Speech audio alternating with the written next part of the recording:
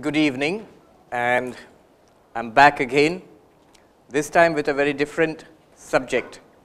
The subject today is this most ancient of questions, who am I? And we will investigate this subject, this question, in the light of the Upanishads this evening and tomorrow again at the same time. So this is the question we will be looking at.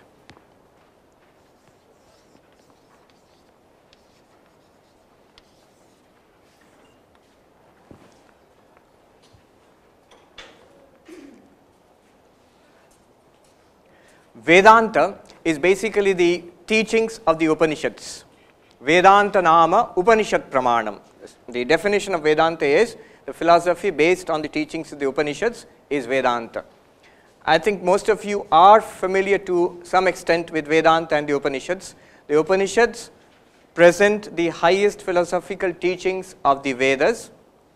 They are among the most ancient texts known to mankind. There is a long list of Upanishads. In fact, in one of the Upanishads called Muktika Upanishad, we find a list of 108 Upanishads. But among all of these Upanishads, there are some 10 or 11 major, within quotes, major Upanishads. Major, why major? Because Adi Shankaracharya, some 1200 or 1300 years ago, chose these Upanishads to write his commentaries, Bhashyam, on these Upanishads. And these Upanishads basically have become the central texts of Vedanta. So the Vedanta movement you see all over the world, these Upanishads have become the source texts. Shankaracharya interpreted these Upanishads in a non-dualistic fashion, so his teaching is called Advaita Vedanta. That is the context in which we will be discussing all this today. Among all the Upanishads, especially among these major Upanishads, there is one Upanishad which is regarded, which is the smallest of all the Upanishads and also regarded as the toughest, and that is called the Mandukya Upanishad. There is a saying that Mumukshunam Vimuktaye Mandukyam Ekameva Alam. For the liberation of those who want spiritual enlightenment, mumukshu, those who want mukti, for them, the Mandukya Upanishad alone is sufficient.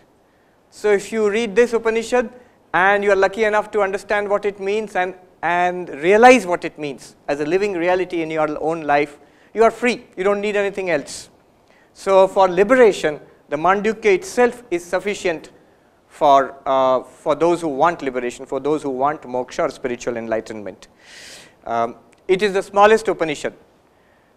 The only 12 mantras are there in this Upanishad. It is found in the Atharva Veda. You all know that there are 4 Vedas, Rig Veda, Yajur Veda, Sama Veda and Atharva Veda. In the Atharva Veda you find this Upanishad. Among other Upanishads you find this Mandukya Upanishad. Only 12 mantras. So it's like a small chili which is very hot. Sometimes in Bengali they say dhani lonka. A small chili which is very hot. In this Mandukya Upanishad, the most important mantra, the central mantra, central text is what you have in your hands now, the handout. The 7th mantra.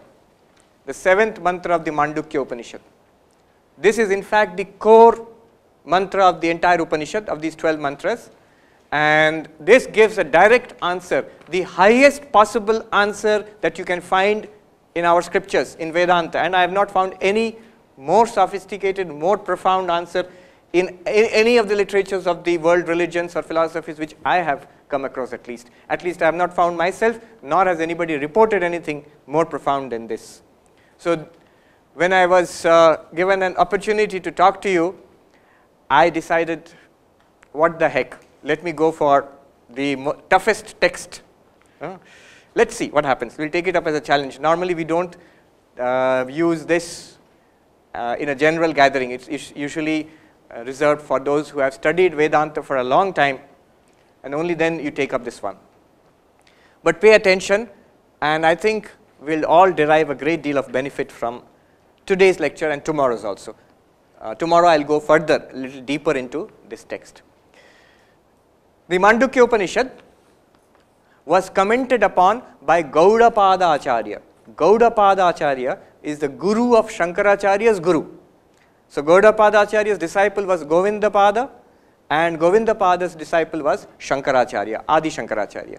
So in Uttarakhand, in the Himalayas, they say Guru or Dada Guru, grandfather, like that, grand Guru.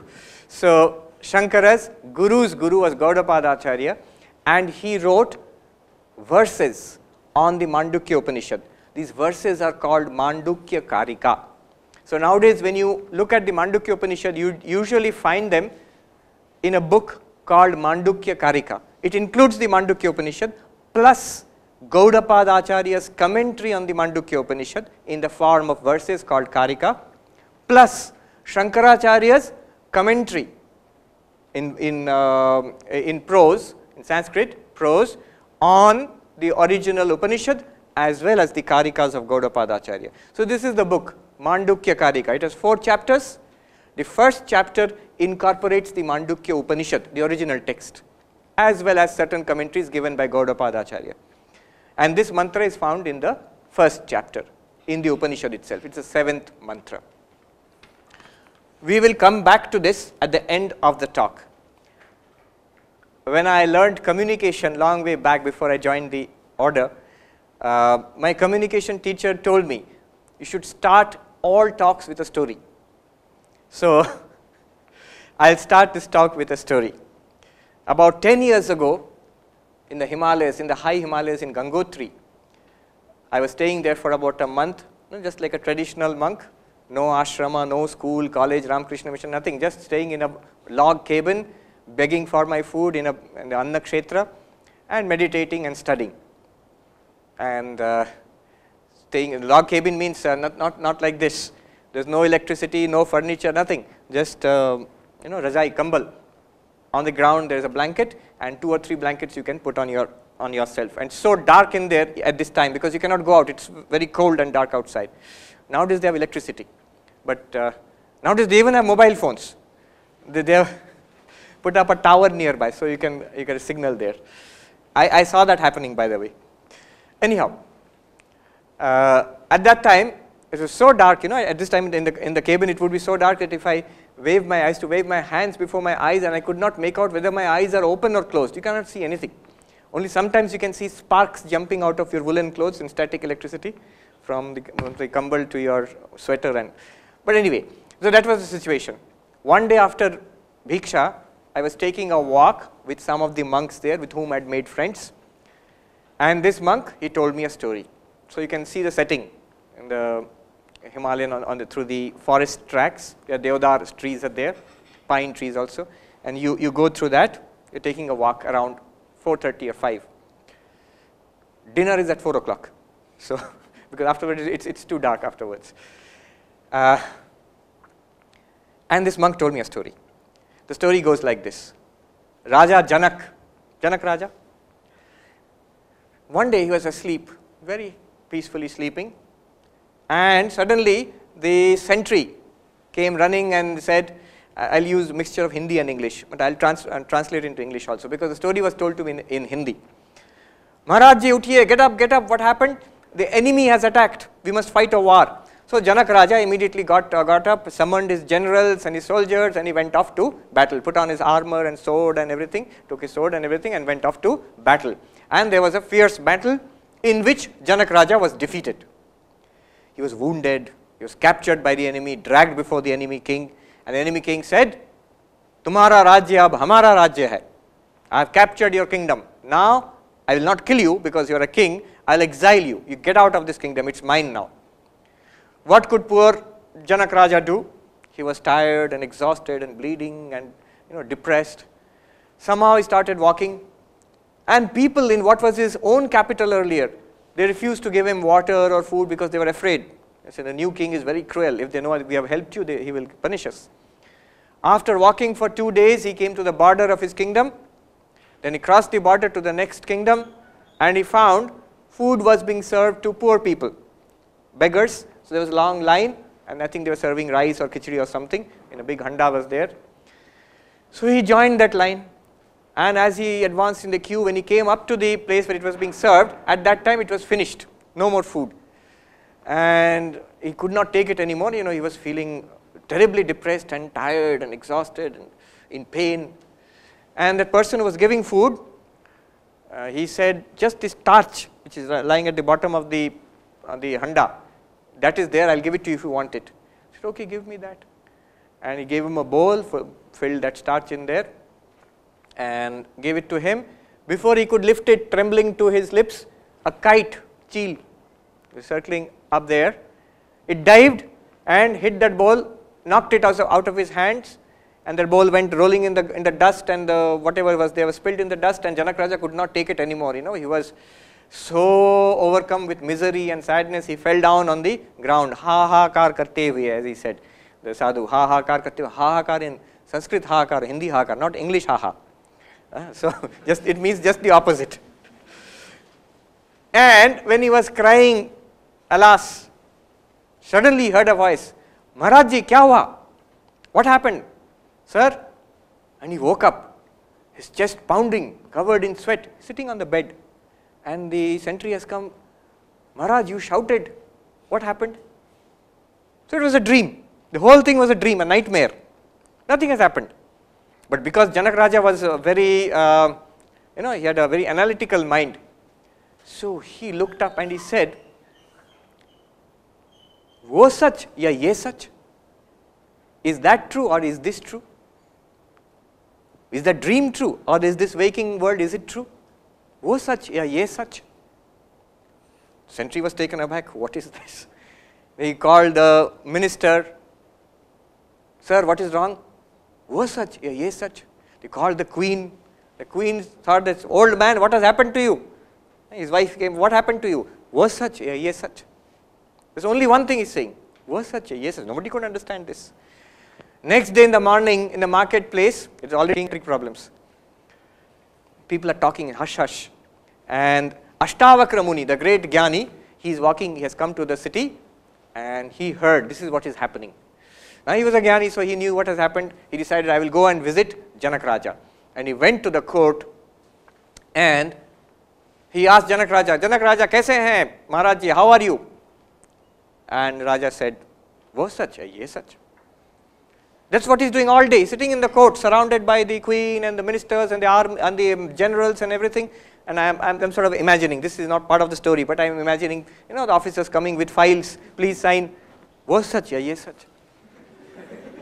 No work is getting done. When he said this to Ashtavakra Muni, same thing, wo sach ya ye sach.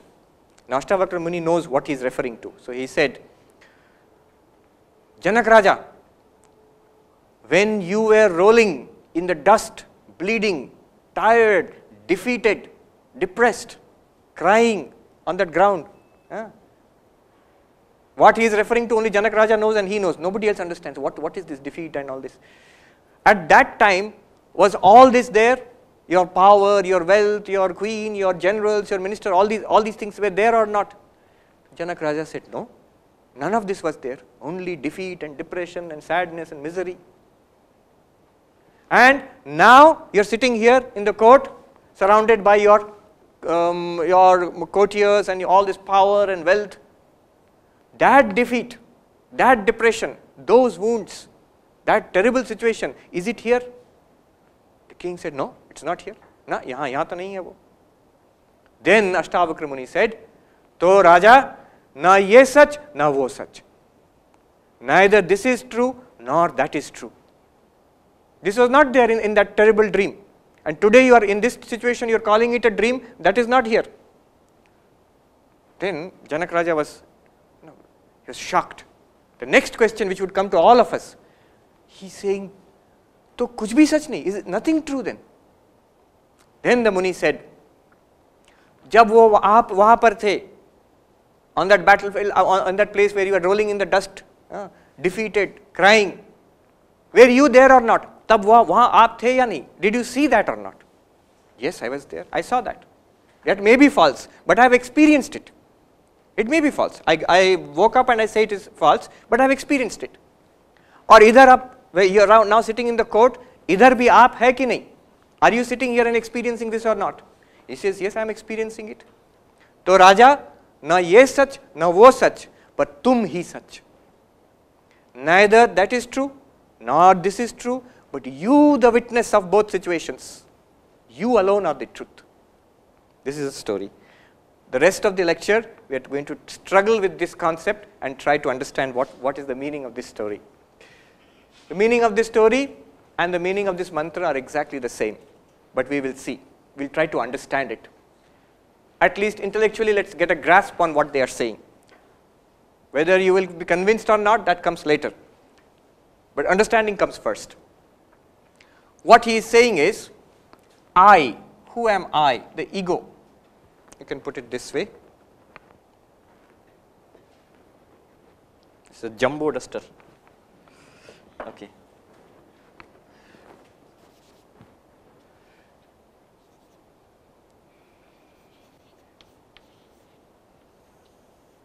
You can call it the knower also.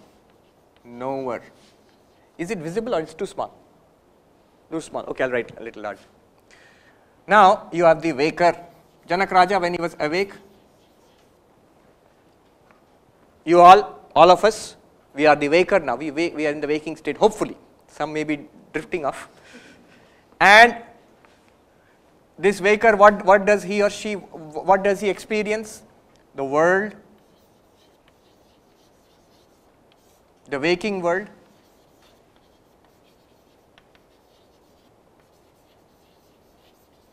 I am just giving this name. The Sanskrit name would be Jagrat Prapancha. So the Sanskrit term is Prapancha. In Hindi also we say Prapanch, ye sab Prapanch hai. The term comes from Pancha. Pancha means 5. The idea was there are 5 elements out of which the world is constructed. Prapancha Prakrishtena Pancha. By the elaboration or mixture of these 5, the entire universe is constructed. Anyhow, the general idea is Prapancha. So the waker sees this waking world. And when Janak Raja was dreaming, or when we dream, he was the dreamer. And he sees a dream world.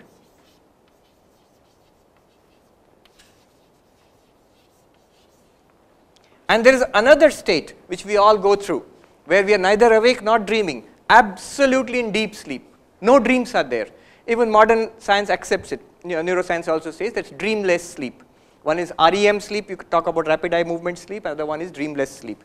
So this dreamless sleep, we can call it the sleeper, not the railway sleeper, there's a sleeper, the one who is in deep sleep. And we cannot say a sleep world, we can say a sleep world would be sleep blankness. What do we experience in deep sleep? Nothing, just blankness. Even I am sleeping, that kind of a thought also is there, no thought at all. So we can call it a sleep blankness.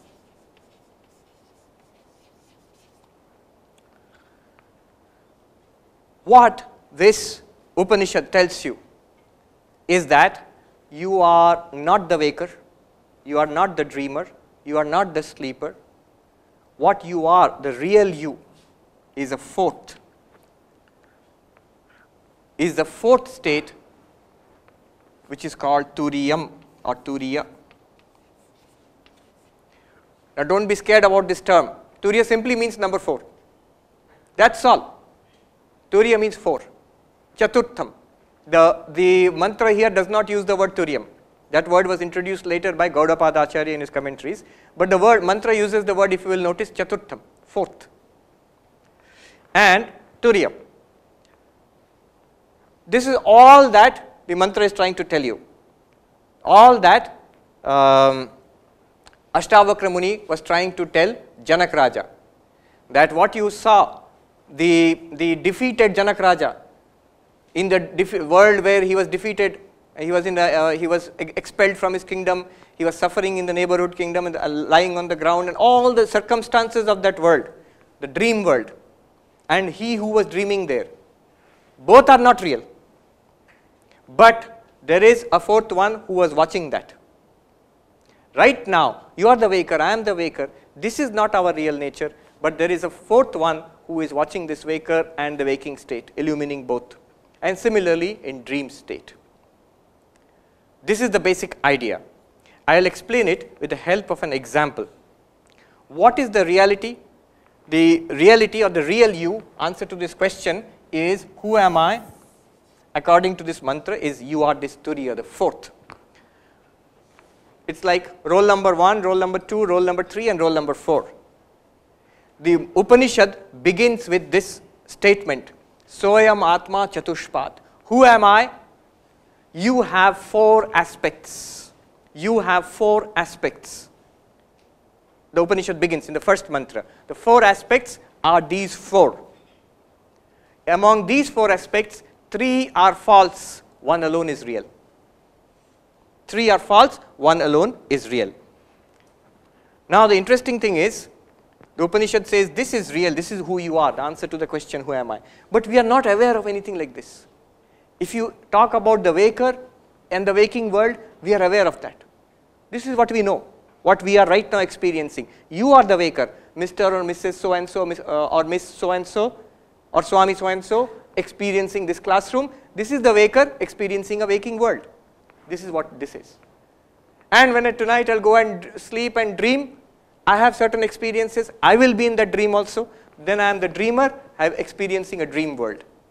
And when I go into deep sleep, blankness, nothing, absolute blankness. There you can call it the sleeper and experiencing a sleep blankness. Remember, the sleeper, for example, in the sleep world, there is no external world, no physical body, no mind, nothing, just blankness. That is from a subjective point of view.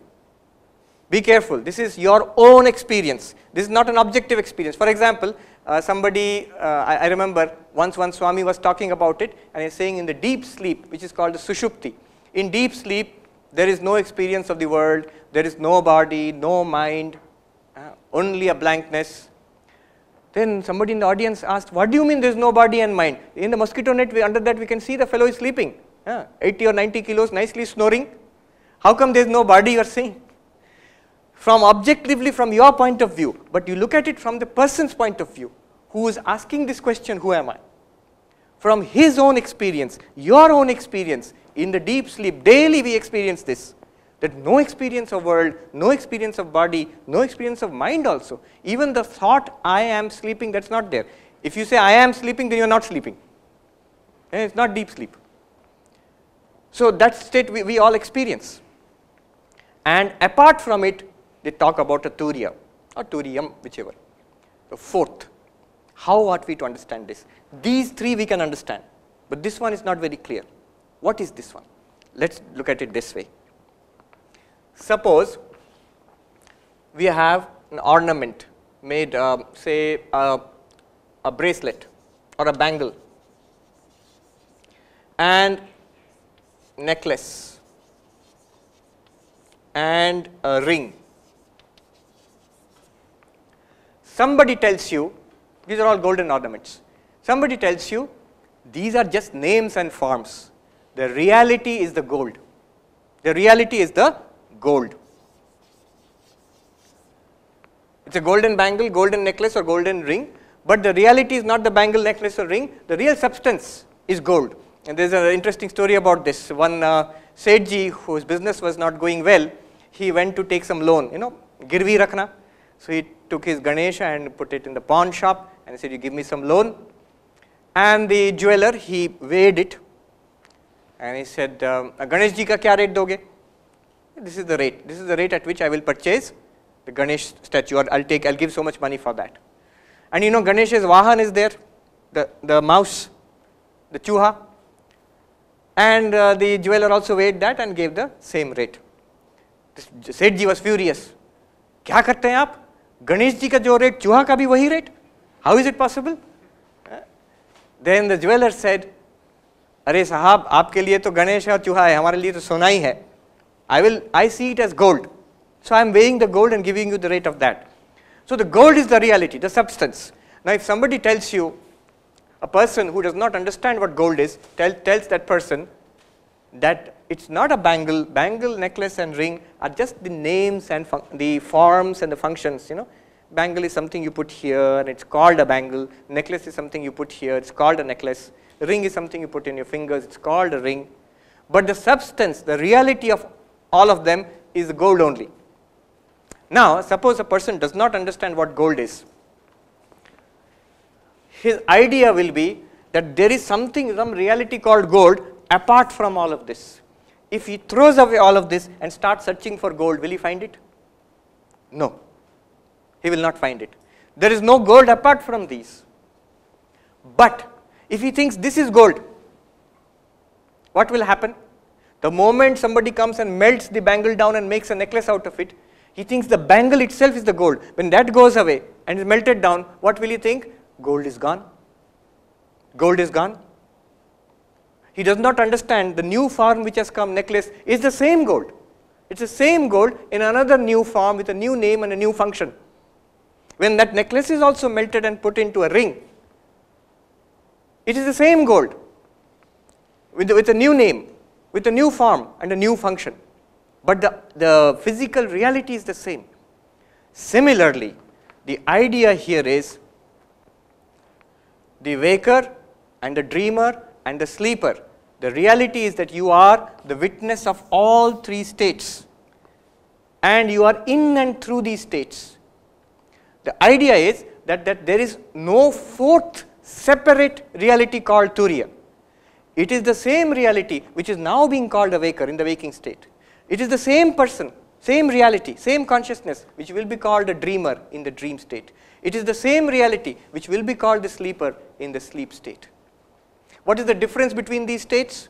Here we are in a physical body with the sense organs, we are interacting with the physical world, and this is the waking state. So waking state, there is a great preponderance of the physical body and interaction with the physical world through the sense organs, with the indriyas. So here the term they use is bahishchitta, extroverted consciousness, consciousness which is flowing out into the world. The dream world, they are very commonsensical, the Vedantins. They know the dream world is simply constituted out of our experiences in the waking state. So when I go to sleep, whatever I have experienced in the waking state throughout my life, those elements are taken together, made into a khichdi, and comes out as a dream. So there is a dream world which is constructed out of the mind. The physical body is not active there. It's only when we wake up we realize the physical body was sleeping. But I went to Delhi and I did so many things there and came back, and when I woke up I was in IIT Kanpur, but physically I did not go to Delhi. That body was lying there under the mosquito net in the hostel house, wherever. So the dream world is entirely made of the mind. So there they say that the term they use is antah-pragyam, where consciousness is directed inwards, working only in the mind, not externally in the world. And the sleeper, deep sleep, no experience is there except that blankness. When we wake up, we say that I did not know anything, I slept like a log of wood. No external consciousness, no dreaming also, very peaceful sleep I had. That's what we say when we wake up from deep sleep. So the deep sleep is a state of absolute blankness, and the term they use in Vedanta is pragyana ghana. All these terms will come. Pragyana ghana means a mass of consciousness, mass in the sense there is nothing for consciousness to illumine. There is nothing for consciousness to illumine, it just remains in blankness. All the external world, the dreams, everything is pushed into a mass which is not expressed, which is not experienced there. In a potential state it is there. Why do you say it's in a potential state? Because the next moment when you wake up, everything is back again. Here is the IIT campus and your responsibilities are the same body and the same people all around. So everything is back again into your life. So it's in a sort of potential state, in a dream state. So all of these, according to the Mandukya Upanishad, they are not the reality. The reality is the consciousness in all of them. What they are saying is this: just like gold is apart from all of them and yet in and through all of them. How is it apart from all of them? When bangle goes and it is made into a necklace. So necklace is not a bangle. Necklace is not a bangle. Bangle is not a necklace, but both are gold only. Similarly, when the necklace is transformed into a ring, the ring is not a necklace. Necklace is not a ring, but both are gold only. So gold is apart from bangle in the sense that when bangle goes and is made into a necklace, gold survives. When necklace goes and is made into a ring, gold survives. So gold is there in all of them. They are apart from each other. Similarly, the waker is apart from the dreamer is apart from the waker, but there is something continuing in both of them, that is the turiya, the fourth one. Similarly, the dreamer is apart from the sleeper is apart from the dreamer, but you own up, all of us, we own up, it was my dream and it is my deep sleep and it is my waking. Who is that one who is saying it is my waking, my deep sleep, my dream? That one is the consciousness which is apart from the waking self, apart from the dreamer self, apart from the sleeper self, and yet in and through all of them. So that this turiyam, the reality, is right now here. It is here now. But it is not exactly the Mr. or Mrs. so and so. What is added to the turiyam are the circumstances of the waker. It goes like this. Just like gold, you have consciousness.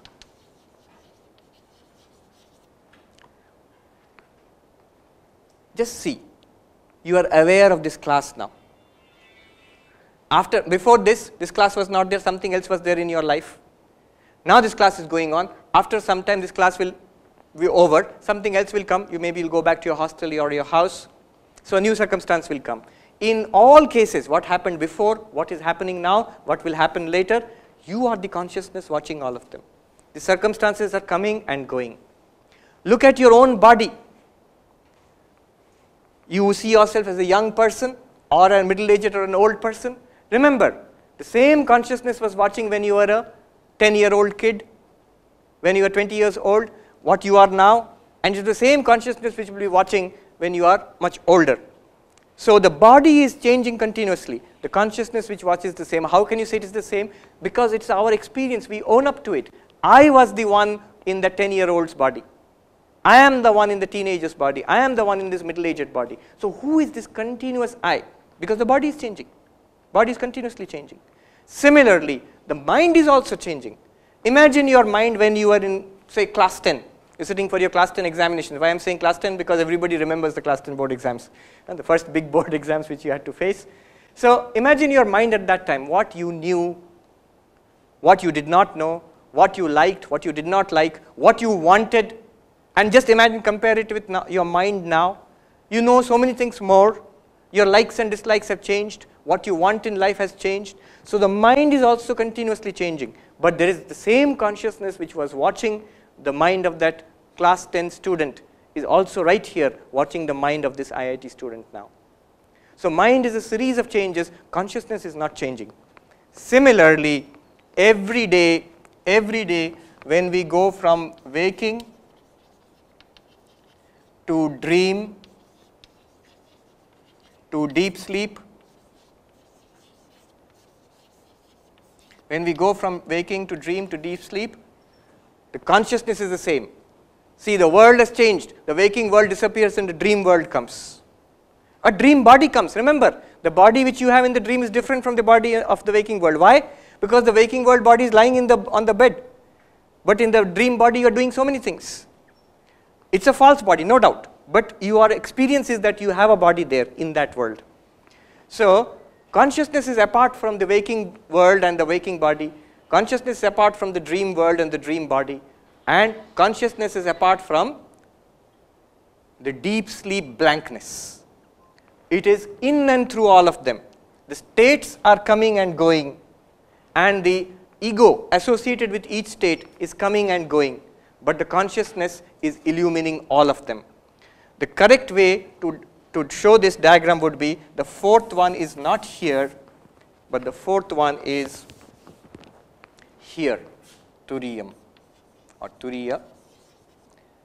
It illumines the waker, illumines the dreamer, illumines the sleeper, and this is the only reality, and this is the answer to who am I. The question is, what are you or what am I apart from this waking state, apart from the dream state, apart from deep sleep, apart from the physical world of the waking state, apart from the mental imagination of the dream state, and apart from the blankness of the deep sleep state. One of our Swamis used to give this example. Station master sitting on the station, maybe in Kanpur, and First, Rajdhani Express comes on the platform number 1 or something, Rajdhani Express comes. So, very important train, lot of people are getting in and getting out, so much of rush is there, so much activity, the station master watches. Then he gives a signal, the Rajdhani Express goes away, but the station master does not go away with Rajdhani Express, he is watching.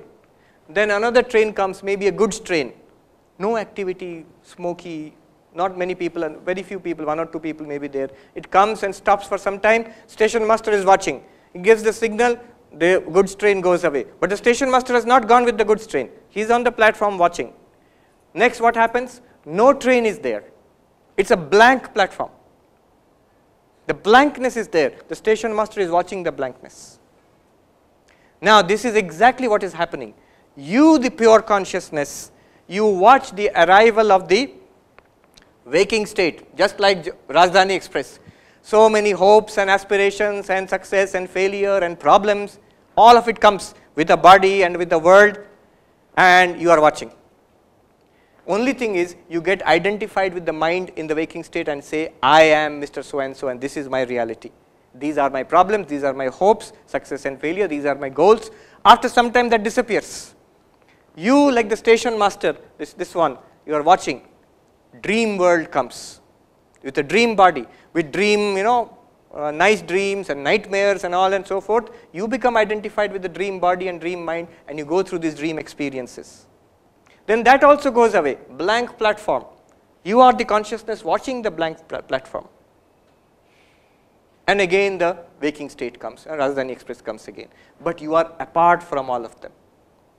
Not only you are apart from all of them, you are untouched by all of them. You are untouched by all of them. The sufferings and enjoyments of the waking state, of the dream state, and the blankness of the sleep state, none of them touch the pure consciousness which is apart from all of them. But it sustains all of them. In its light, the entire game is illumined. This whole thing is illumined in its light. Now we'll quickly go through the verse and try to understand what they are trying to say. Let me read out the verse once for you, then I'll break it up and explain it. Now you'll see it will all become perfectly clear. The verse goes like this, the mantra goes like this. Nantaf pragyam na bahish pragyam, na ubhayataf pragyam na pragyana ghanam, na pragyam na pragyam.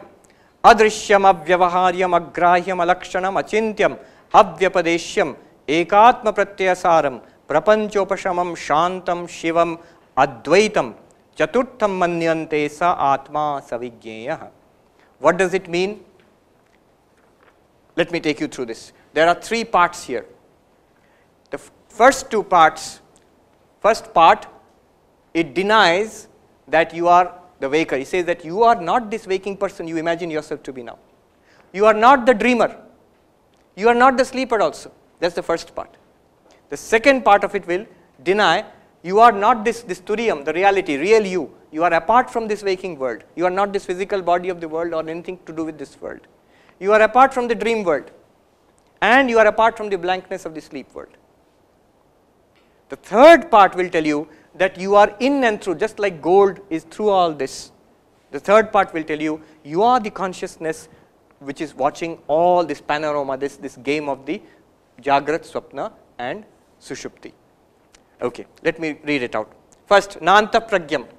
Now you can easily understand. Anta pragyam literally means the inward directed consciousness. It means the dreamer. He says, you are not the dreamer. Na anta pragyam. You are turiyam, na anta pragyam. The fourth one is not the dreamer. Na bahish pragyam. You are not the waker. You the turiyam. You are, your real nature is not the waker, which you imagine. Now all of us, this is our reality. We think, I am Swami Sarvapriyananda standing here in this lecture hall number 3 in IITK. This is my reality. He says, no. You are the consciousness illumining this temporary appearance in your consciousness. Okay. You are not the waker. Na bahish pragyam. Anything in between, waking and dream sort of. Na ubhayata pragyam. You are not something in between also, in between consciousness. I think many students are familiar with this in between consciousness. After a lot of maybe a long lecture, we tend to go into an in between consciousness between waking and dream. So I've seen many times the notes that you take in that in between consciousness are very interesting. Something the teacher is something that is coming from your subconscious mind, something the teacher is thinking, and a mixture of that will come in your copy. Okay. So you are not in between also, nothing in between. Na pragyana ghanam. Who is the pragyanam ghanam? The deep sleep. You are not this one also. You the turiyam, pragyana ghanam. Na pragyana ghanam. Turiyam, na pragyana ghanam. And na pragyam. Here the word pragyam is interpreted as, are you some kind of God, omniscient God, Ishvara, Bhagavan? Na pragyam. You are not that also. So this is the meaning of pragyam. Na apragyam, the last word. Na apragyam, sandhi has been done, na pragyam. What does that mean? In that case, is my reality that I am not sentient? I am some jada vastu like a duster or a chalk? He says, no, not that also. So, na apragyam, you are not unconscious. You are not all-knowing God. You are not the waking person. You are not the dreaming person. You are not the sleeping person. Number one, Turiya is none of these. Number two, the second part starts. Adrishyam. What is Turiyam? Adrishyam. Literally it means invisible, but also means it is something that you cannot see, you cannot hear, you cannot touch, you cannot smell. It is not an object of our five sense organs. Sometimes people say, if God exists or Atma exists, why can't I see it? It's like saying, if the Higgs boson exists, why can't I see it? Because it is not yogya, it is not a subject of your normal vision. You cannot see it that way. If it was, if there is you can say that there is no elephant in the room. Why is there no elephant in the room? Because I can't see it. That's a perfectly correct statement. Because if there was an elephant, you could have seen it. But if there is an Higgs boson, you cannot say, because I cannot see it, it's not there. Similarly, here it says, the consciousness which you are is not something that you can see or smell or touch. Adrishyam. Second, avyavaharyam. It is not within transaction. Transaction means usable. What we can see and feel and touch, what we can speak about, what we can use, that is vyavaharyam. Pure consciousness is not an object which can be talked about, seen, felt and used. It is not transactable, it's avyavaharyam. But remember, it is the ground, it is the source of all vyavahara. Without that, none of this can occur. None of this can occur without the pure consciousness, which is illumining all this. But it is itself avyavaharyam. Agrahyam, it cannot be grasped, which means it is not a vishaya of the pancha karmendriyas. You cannot hold it with your hands, you cannot walk to it in pilgrimage. You are going to Badrinath or Kedarnath, I am going to Turiyam. You cannot walk to the Turiyam. And so agrahyam. Alakshanam, this is a technical term. It means it cannot be inferred. Lakshana here means the sign by which you infer something. The road is wet. So what do you infer? There was rain earlier. So is there some such sign? In Sanskrit, the classic example is Parvato Vanniman Dhumat. There is fire on the hill because I can see smoke. There is a relation between smoke and fire. So if I see the smoke, I can infer there is fire. A lot of science is done like that. Through some science, and you infer a chain. But here, this cannot be inferred because there is no sign by which you can infer it. Then, achintyam, you cannot think about it. Have you thought about it? Then it is not Turiyam. You cannot think about it. But remember, the opposite also holds. Whatever you think about is illumined by this Turiyam. The fact that we are having a conscious experience is because of this Turiyam. So you cannot think about it, achintyam, avyapadeshyam. It literally means it cannot be named. It cannot be named. It will take some time to explain why it cannot be named, but it's very interesting. Shankaracharya there goes into an exposition. Where can we use language? Where can we use language? There are 5 areas where language works, and he shows in the Turiyam, none of those 5 apply. I can tell you in brief, you can work it out for yourself. It goes like this. If you can use language if there is some jati, some species, if some object belongs to a class. So it's a cow. Why? We know the characteristics of the class of cows. So this object is a cow, you match it with the set and you say it belongs to that set. But there is no set of Turiyam. So it cannot be a part of a class. Jati. Then second is guna. By some quality. Give me the red flower. How do you distinguish the red flower from all those flowers? By the quality of red. But you cannot say Turiyam has got some quality because it's supposed to be nirgunam, beyond all qualities. Then you can use kriya. Call the cook. Shankaracharya uses this example, Pachaka. Pachaka is the cook. How did you use language there? By the function of that person you are saying. Call the driver or call the cook. But Turiyam is Nishkriyam. No activity, unchanging. So you cannot use Kriya there. Jati, Guna, Kriya, Sambandha, relation. So call the teacher. Who is the teacher? Who is relation of teacher and student? Because of the teacher and student, there is a relationship between these two persons, father and son or whatever. But Turiya, there is no relationship because it is one unchanging reality. There is no second apart from it. All these appear in its consciousness, but they have no reality apart from it. Just as bangle, necklace and ring have no reality apart from gold. If you remove the gold, the bangle disappears. If you remove the water, the wave disappears. If you remove the wood from this, the table disappears. Similarly, Turiya is the only reality which is appearing in all these ways. So there can be no sambandha, no relation between it and anything else. And finally, there is convention. They call it Rudhi. This person's name is Prakasha. Why are you calling it Prakasha? Just like that. It's just a name given by my parents. That this person is called Prakasha or Hari or whatever. There also you cannot use that method of naming Turiya, because to name somebody you have to point out this person. It has to be pointed out apart from all other objects. This person from now on is called XYZ. But you cannot point out Turiya that way.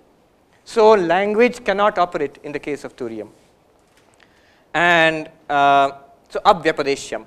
Up to this part is the second part of the mantra, where you will see actually he denies that Turiya is any of this.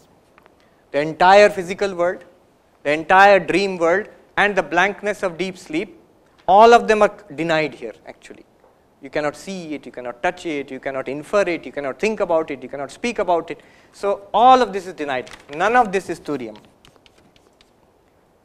And then the third part he comes to, then what is Turiyam? Now it speaks about it in positive terms. He says, Ekatma Pratyaya Saram. Eka, one, Atma, I. Pratyaya, the cognition, the feeling of I-ness. Saram, the essence. If you follow this I feeling, you will come to Turiyam. You know, when Ramana Maharshi says, who am I? You practice that. It's this thing. Ekatma Pratyaya Saram. This is exactly what Ashtavakra Muni told Janak Raja. In that dream state where you there, dream is false, no doubt, but were you there? Yes, I was there. In this waking state now, are you there now? Yes, I am there. That is the Atma Pratyaya, I feeling, the consciousness which is in the waker, in the dreamer, and even in the sleeper, which is illumining the blankness of deep sleep. That consciousness is in and through all this, just like gold is in and through all this. And that is the Turiyam. Ekatma Pratyaya Saram. This is a very extraordinary word. Atma Pratyaya, I feeling. You follow that I feeling, you come to a core which is the Turiyam itself. Prapancha Upashamam. Upashamam means cessation.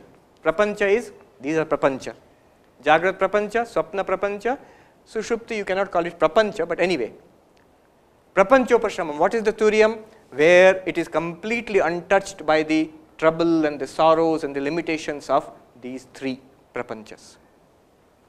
Shantam, absolutely peaceful, ever undisturbed. There is no world there to disturb you. That is your reality.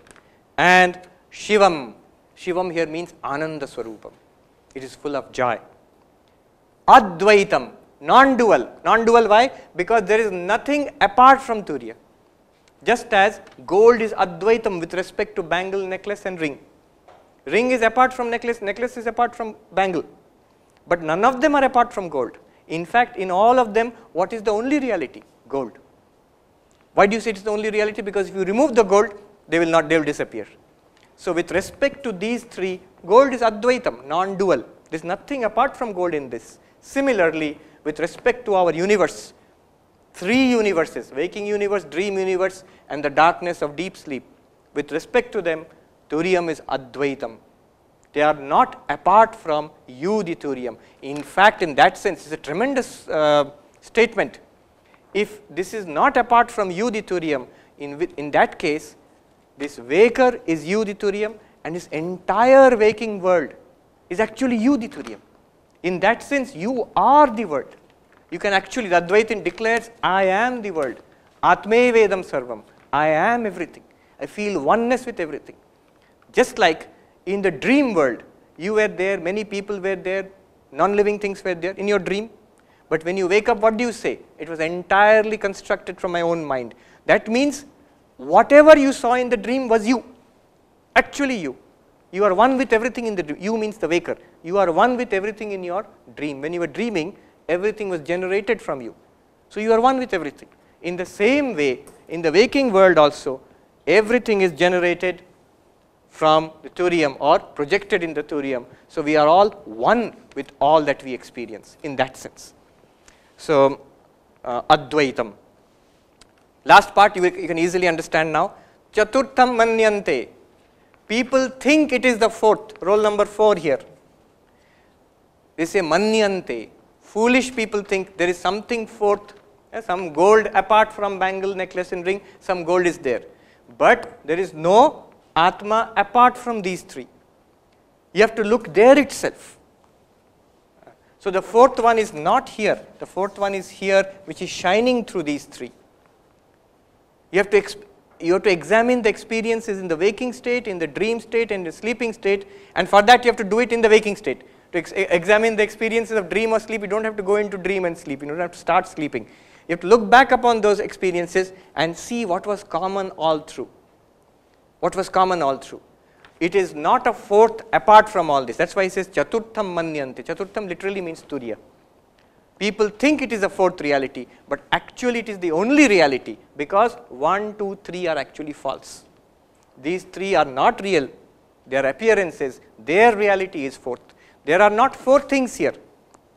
There are not 4 things here. There is only one thing, which is gold. It appears as bangle sometimes, sometimes as necklace, sometimes as ring. The reality is gold. Similarly, the reality is the consciousness, which we are calling the fourth Turiyam. It appears as the waker now. It appears as the dreamer. It appears as the deep sleeper. And Chaturtham manyante. Who is this Turiya? We are coming to the end. Sa Atma. Sa Atma means that is what you are. Atma means I. Atma literally means I. Atma does not mean a ghost or something, Paramatma, nothing like that. Atma means I.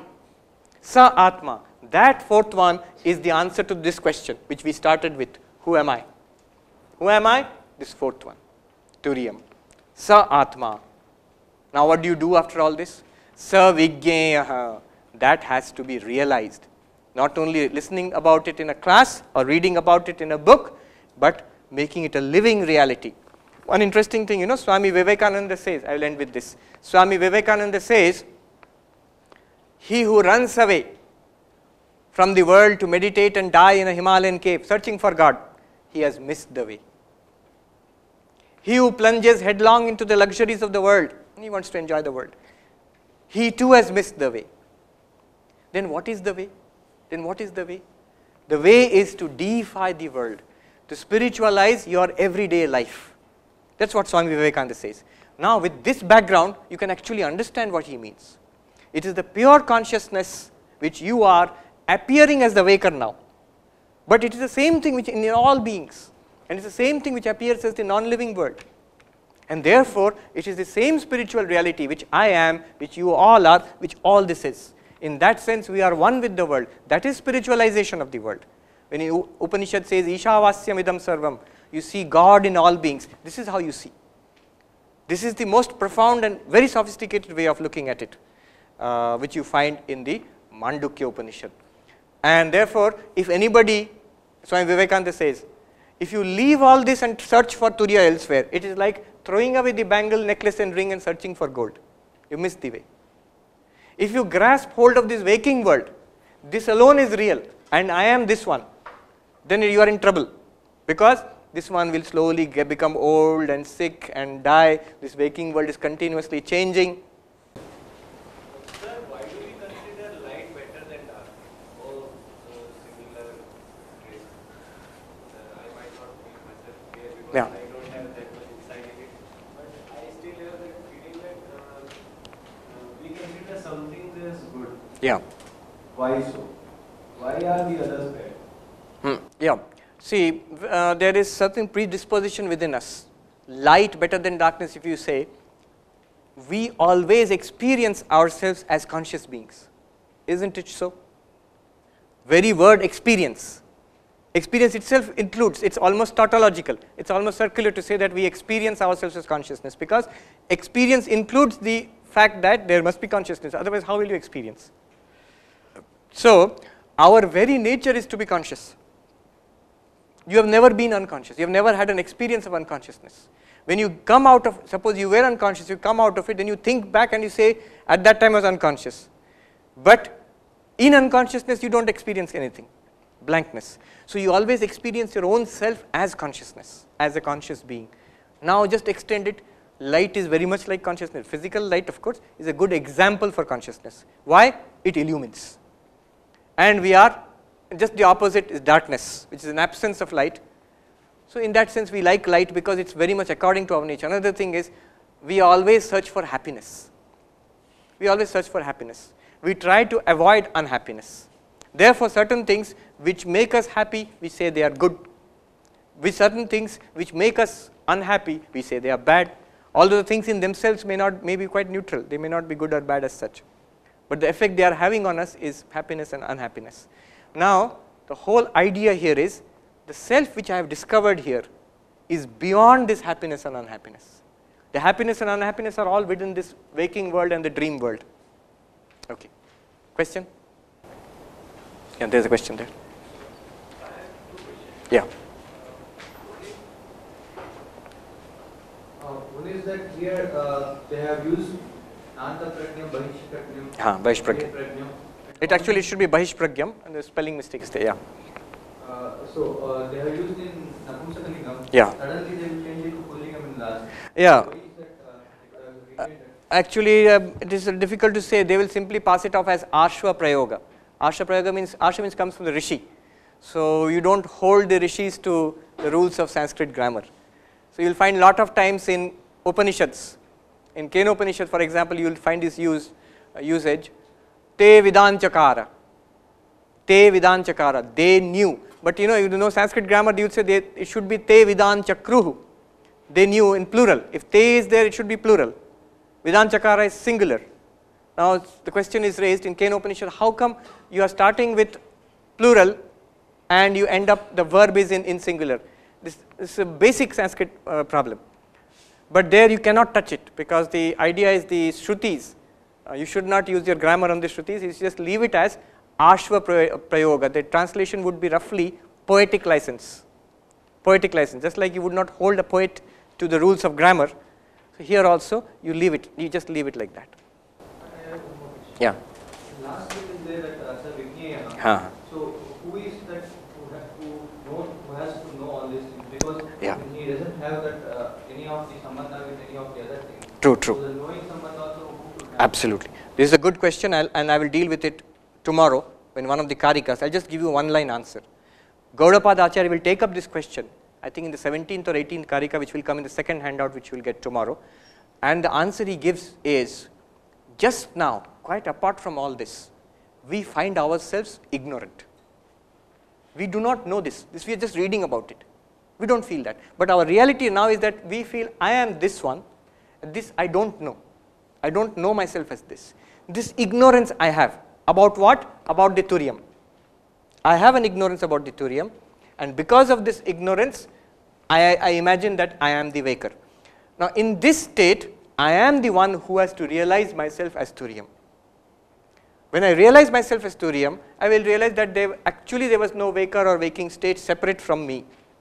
Gaudapada Acharya's answer, one sentence answer to that is, for the purpose of instruction, the relation between knower and known, in fact this is the exact word he used, Upadeshad, for the purpose of teaching, the relationship is set up between Guru, Shishya, Shastra, and all of that is sublated, Badhita, when you realize yourself as the Turiam. It's not that they will disappear. Moment you realize I am Turiam, suddenly Sarvapriyananda will disappear, the classroom will disappear, everything will go into a haze of white light. No. They will still be there. Just like when you realize the blue sky, the blueness in the sky, actually the sky is not blue. You know the physics behind it. So it just looks blue. Now once you understand the physics behind it, you know fully well the sky is not blue. After that, when you look up at the sky, what do you see? Blue sky. Similarly, here you will realize what is the Turiya. This world will keep on appearing. Your friends need not be scared, that if you realize the Turiya, we will all disappear. You will realize the background, just like once you realize this is gold, it doesn't mean the bangle will disappear, or the necklace or the ring will disappear. You just know the reality behind it. That will come in the 17th or 18th Karika. Exactly this question is answered. Yeah. Any other question? So Maharaj, how the Turiya is separated from the all these things? I'll just finish that one and come to. What is behind consciousness? That is what I am asking. So what is consciousness? If it is such that is flowing through all these three states. Yeah. But then who is observing that consciousness? What is behind that consciousness? The answer would be, there is nothing behind the consciousness, because according to Advaita Vedanta, consciousness is Swaprakasha. It's like light, a tube light which illumines this hall. The hall is in darkness. When you switch on the tube light, the hall is illumined. Now, do you need one more tube light to illumine that tube light? You don't. The tube light illumines itself and the hall. In the same way, consciousness is self-illumined, and it illumines whatever comes in front of it. So, you don't have to posit one more consciousness, because then it leads to what is called anavastha, regresses as ad infinitum. And it goes with our experience also. When I am conscious, I don't require one more consciousness to illumine the consciousness. But remember, this consciousness is apart from the thoughts. One thought can be about another thought. A thought can be about the world, and a thought can be about other thoughts also. So thoughts can be about other thoughts. That's what's called introspection. But this consciousness is not introspection. I'll tell you one interesting question came. You've heard of Susan Blackmore, those who do research in consciousness studies and AI and all. She is a well-known researcher. So she says this idea of self-consciousness, I, it's nothing permanent. And some spiritual people say I-ness, the permanent I is there. No. She says it's just like the example she gives is a refrigerator. When you open the door, there's a light. So whenever you open the door, there's a light. But when you close the door, is the light there? Actually, because you know how the refrigerator is designed, so there's no light there, you know that. But we can never see it, unless you are a mechanic when you open everything up. But whenever you open the door, there is a light. And these people, Susan Blackmore says that these people, they make a mistake. When they look in their minds, they see an I-ness. But the I-ness disappears. Suppose we are talking about flow yesterday. When you are in flow, in fact, the I feeling disappears. So there is no permanent I, that's what she is saying. But she is making a fundamental mistake here. Advaita Vedanta would say, what she is taking, the refrigerator light, that is not consciousness. That is the ahankara of the waker, the I, the ego here, the knower. This comes and goes. This also comes and goes. This also comes and goes. But what illumines their coming and going, the station master, that is what is meant by Turiyam here, pure consciousness. See, till today, in Western thought, mostly in Western psychology, even in neuroscience, they don't make a distinction between mind and consciousness. They don't make a distinction between mind and consciousness. Thoughts and consciousness are supposed to be the same. In Western poetry, philosophy, you will see soul means the mind. Personality, mind, soul, they're taken as one entity. But in Indian thought, not only Advaita, consciousness or the Atman is separate from the mind, and that is separate from the body. A trichotomous view of the human personality. Body, mind and Atman. So consciousness is apart from the mind, where this I may come and go like a refrigerator light. This may come and go, she is right there. But what Advaita speaks about is not that I. Speaking about the light which shines on that I. When the I is present, when the I is absent also. One more question, then we wrap up. I think today's going was a little heavy. I sort of expected it to be heavy.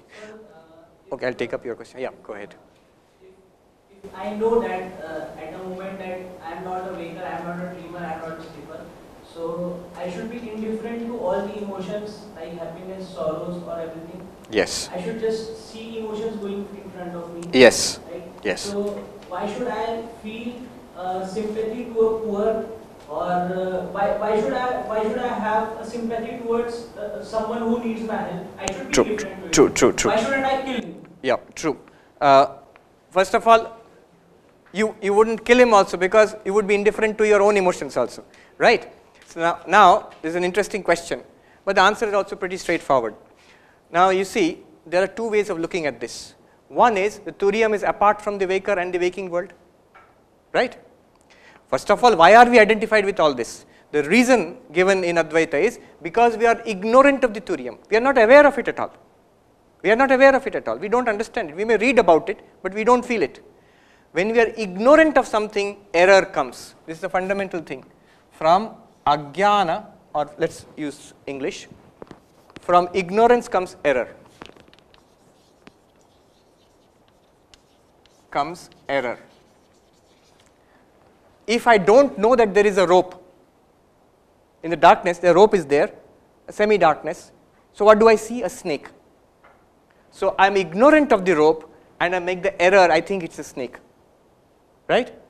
I am ignorant of myself as the untouched, unchanging pure consciousness, and what I see in myself in front of me, the world, this body and mind, and I immediately identify myself with this mind. Mind is full of thoughts, happiness, sadness, desires, everything, and I go on like this. I become the waker. I become the waker. Now, this is one way of looking at it. So the turiyam is apart from the waker. To answer your question, turiyam is apart from the waker. If you are really apart from it, you ought to be indifferent to it. Or another way of looking at it is the turiyam itself which appears as the waker and the waking world. Just like in your dream, you appear as the dreamer and the dreaming world. The one who is sleeping and dreaming. In his mind he creates a dream and he is also himself in that dream. In fact, the entire dream, the people in the dream, the animals and the non-living things, and he himself in the dream, all of them are not apart from his mind. He's actually become everything in that dream. And this states that this turiyam itself is appearing as all this. In other words, the turiyam is one with all. Now, some sadhaka or some spiritual giant may stress the oneness aspect of it. You'll find in Vivekananda again and again and again, he says, you are one, we are one with the universe. It's not a rhetorical thing. You should feel one with the universe, which is good, but he states this as a fact, as an assertion. Actually, you are one with the universe. If you limit yourself to this body and mind, you are separate from all bodies and minds. But if you see what is behind that, like gold, then you are one with everything made of gold. Gold is one with everything made of gold. You will see yourself as pure consciousness. In yourself, all these things are taking place. Then you have a sense of oneness with all beings. If you stress that oneness, then the unhappiness of a person, the misery of another person actually will bring a response in you. Just as right now my misery brings a response in me, when I have sarvatma bhava, the oneness with everybody, it automatically does. And you see it in the lives of great sadhakas and great spiritual giants. They respond to the life, to the sufferings of others. But you are right. There may be a kind of spiritual giant who does not respond, who may not be cruel, but may simply be indifferent to the world which he will see as a dream. So there have been such people, and they have also been very great spiritual people also. And you can see it in them, a kind of deep peace and joy is there within them. If somebody comes in front who is suffering, they will help. And that has been explained in different ways. And a simple explanation would be, these people have gone through a long period of spiritual practice. And so the mind of that person is suffused with thoughts of good thoughts, helpful thoughts. After realization, when he sees himself apart from all, what would he do? He would let the body and mind go on doing what they were doing, like an inertia of motion. So the inertia of motion of a sage would be to help others. He is apart from the helping also. He sees himself as illumining both the helper and the helped. This here, we are really going to the peak of the Everest here. The final word the Upanishads have to say about this. And I've packed so much into one class. I was seeing the explanation given by a very senior Swami. I've given you just 4 or 5 points here, the whole 1 hour session. That Swami, he explains this verse in 127 points, out of which I've given you less than 10% today. So if there seem to be gaps, it's very natural. If you think it's all perfectly clear, then either you are a realized soul or you haven't been following what's going on. There should be some gaps actually. There should be some areas of confusion or where you can feel a little uneasy about what's going on here. Should we wrap it up? Tomorrow, I'm going into the extensions of this mantra, what the implications, and Gaudapada Acharya's Karikas. We'll take up 7 or 8 Karikas, which is in the second handout, which will come tomorrow. Thank you very much. One more workshop is also there from 11 to 12, same place. So the workshop will be on stress-free living techniques. So any of you interested, it will be more interactive, I guess. So please come 11 o'clock tomorrow, and of course this lecture on the Upanishad will continue at 6:15. Yeah. Tomorrow 11 to 12 here. Here.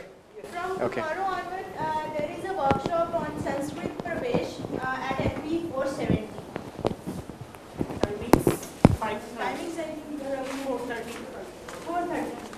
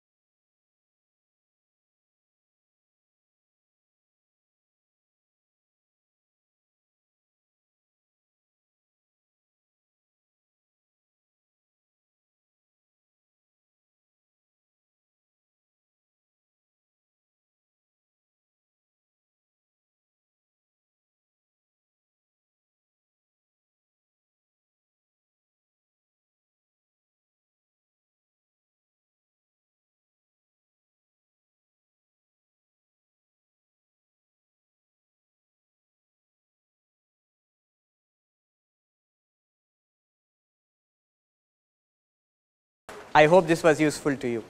Thank you very much.